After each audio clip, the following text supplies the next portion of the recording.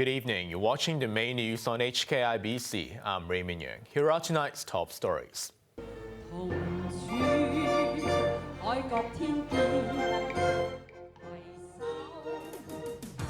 Renowned Hong Kong composer Joseph Koo dies at the age of 92. The Hang Seng Index hits a 5-month high as the New Year rally continues. And Pele is laid to rest after thousands bid him farewell in his hometown of Santos. Hong Kong has been saddened by the death of composer Joseph Koo, whose classic cantopop hits won the hearts and minds of people in the city. Koo died in Canada yesterday at the age of 92. Joanna Ho reports.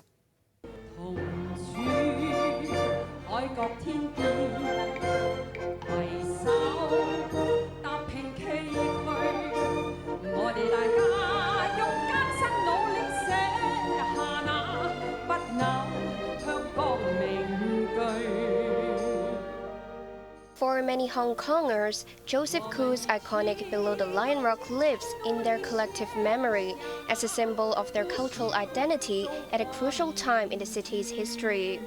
The theme song for the TV drama of the same name made its debut in an RTHK series in 1979.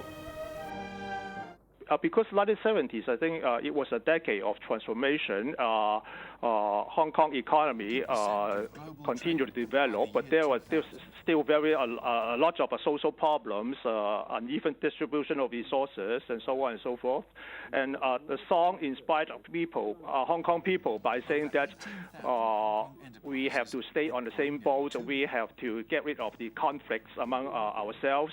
And more importantly, it was not the song designed by the government from above.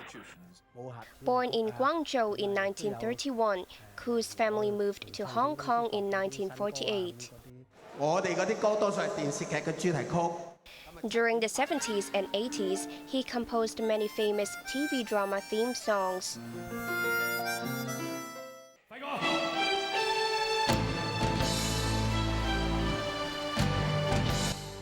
They include The Bund of Shanghai and Hotel, which were widely known and sung in almost every Hong Kong household.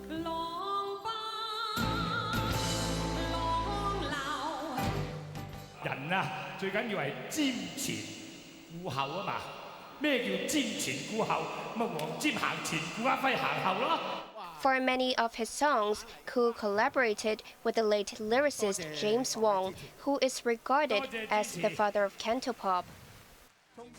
Before leaving the industry and migrating to Vancouver in the 90s, Koo was a serial winner of local pop music awards. He made some very important experiments of cantopop, like the hybridizations of Chinese and Western musical elements. And because of the expanding market, he had a lot of the chances to experiment different kinds of new cantopop styles. Koo was recognized by local universities with honorary doctorates, including for social science and humanities. In 2015, he received the Golden Bauhinia Star from the government and organized his retirement concert. Koo's last concert in 2016 raised funds for needy people in Hong Kong. In 2018, he and his wife returned to Vancouver, where he died yesterday. Some Hong Kong newspapers reported that he contracted COVID. His death touched the hearts of many Hong Kongers, including culture chief Kevin Yeung. Yeung said, Koo's music has been with people in Hong Kong for many years and will last forever. Joanna Ho, HKIBC. A renovation worker has been jailed for 7 years after admitting that he repeatedly sexually assaulted his daughter over a 6-year period. The 48-year-old man had earlier admitted abusing the girl more than 100 times since 2014 at the homes on the mainland and in Hong Kong. The victim, who's now 14 years old, told her mother about the assaults only in 2019. High Court Judge Joseph Yeung said the defendant had completely ruined the girl's childhood and abused her trust. Although the defendant was remorseful, Yeung said it could not compensate for the victim's agony. She suffers from anxiety and depression and shows symptoms of post-traumatic stress disorder. The Immigration Department is making final preparations for the resumption of cross-border travel. Around 300 officers took part in drills in Lok Ma Chau and the Hong Kong-Macau ferry terminal in Sheung Wan today. The two checkpoints, as well as man-cam tow for passenger vehicles, are likely to reopen on Sunday. But the Lo Wu checkpoint and the high-speed rail link terminus at West Kowloon will remain shut. Sources suggest a daily quota will be set and slots will be distributed on a first-come, first-served basis. Details are expected to be announced tomorrow. Two transgender men are making their final bid to overturn the government policy that requires transgenders to undergo full-sex reassignment surgery before their identity cards can be amended. They argued that the surgery is risky and medically unnecessary. Janice Low reports. Two transgender men have gone to the Court of Final Appeal to challenge the government policy on changing their gender on their identity cards. Henry Edward Tse and another man, identified as Q, consider the requirement a violation of the Hong Kong Bill of Rights. They said it also invaded their privacy and humiliated them when they presented their identity cards. The pair had been granted permission by the High Court to take the case to the city's top court because of several legal disputes and in the interest of the public. Under the current policy, the gender on the identity card can only be amended if a person underwent full-sex reassignment surgery. This means that Tse and Q, who were female, are required to undergo uterus and ovary removal and construct genitals. Their lawyer said the policy oversimplified transgender surgery by neglecting the risks of an invasive operation. He also pointed out that the surgery is medically unnecessary. But Monica Karsfrisk, the government's representative, said the medical sector has not reached a consensus on determining the sex of a transgender, arguing that it is difficult to set a fair and clear standard. She added that it is necessary to require full-sex reassignment surgery before the gender on identification documents can be changed. Otherwise, it will affect the rights of others and the public interest. A judgment will be handed down within 6 months. Janice Low, HKIBC.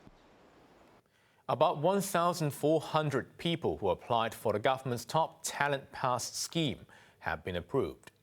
Applications opened online last Wednesday, and 2,600 people replied as of this morning. Labour Chief Chris Sun refused to disclose where the applicants are from, only saying details will be announced later. Those given the green light can get a pass to come to Hong Kong anytime, but Sun urged them to arrive as soon as possible, as the pass only lasts 2 years. Hong Kong has welcomed Tokyo's decision to allow flights from the SAR to land at all airports in Japan starting from Sunday. Also on that day, people flying to Japan from the mainland will have to prove they are COVID-free before departure. Tokyo said they have to submit a negative COVID test result obtained within 72 hours before boarding a flight. Travelers flying from Hong Kong and Macau are exempt, but they will be tested on arrival in Japan if they have been to the mainland in the 7 days before departure.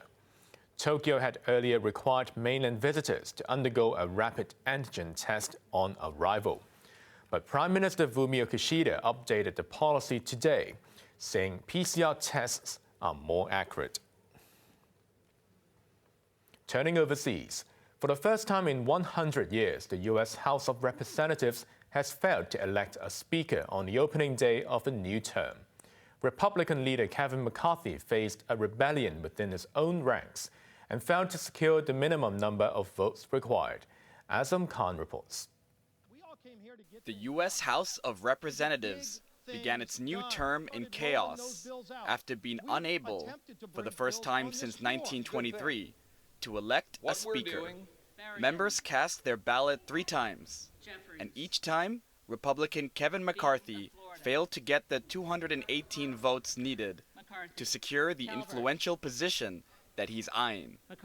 His Democratic opponent, Hakeem Jeffries, won the 3 ballots with the support of all 212 representatives from his party.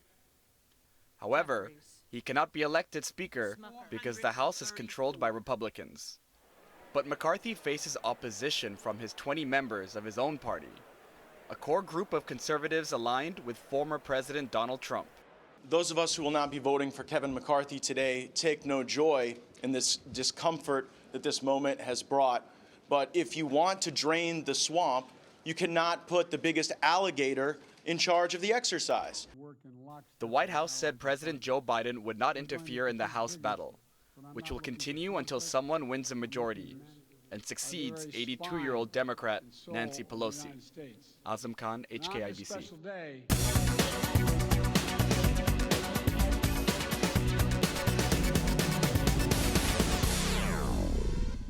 The Hong Kong stock market extended its New Year rally today, with the Hang Seng Index jumping 3.2% to its highest level since July. Investor sentiment remained upbeat on China's recovery prospects. Tech stocks led the rally. E-commerce giant Alibaba jumped 8.7% after mainland regulators allowed its subsidiary, the Ant Group, to raise 10.5 billion yuan for its consumer unit. The beleaguered property sector got some respite after lenders decided to continue financial support for developers to halt the market slump.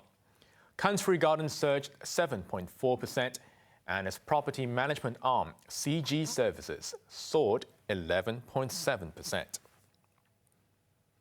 Now let's take a look at the markets. The Hang Seng ended the day up by 647 points. The top 10 active stocks, Tencent gained $15.80.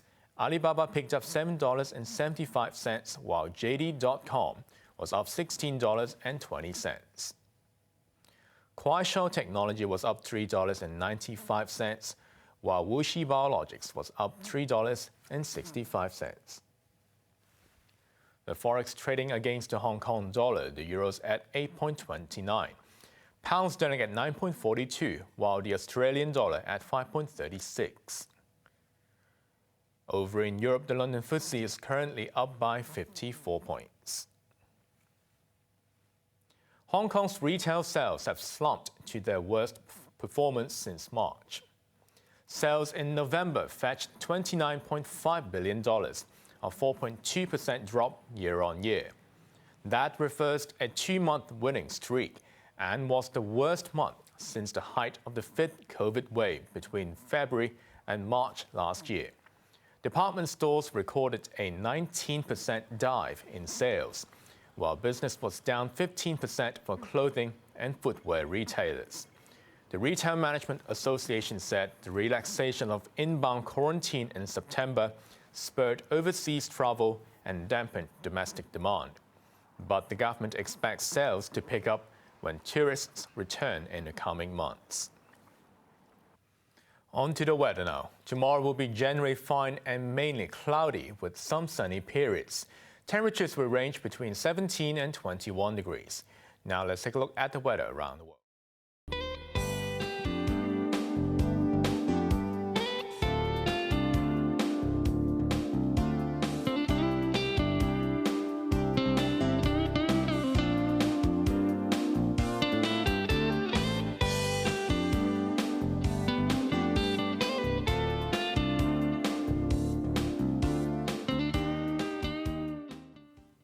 That's our main news for Wednesday night. Join us for more news at 11. I'm Raymond Yeung. Thanks for watching. Good night.